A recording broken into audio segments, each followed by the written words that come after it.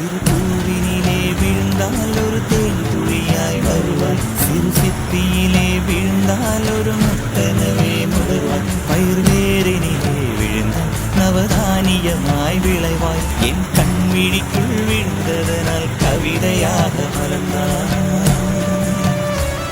அந்த இயற்கை என்னை படைத்தால் ஒரு பெரிய ஷவர் இது, அட இந்த வயது கழிந்தால் பிறகெங்கு நனைவது, இவள் கண்ணி என்பது இந்த மழை கண்டறிந்து சொல்லியது. சக்கரவாகமோ மழையை அருந்துமா, நான் சக்கரவாக பறவையா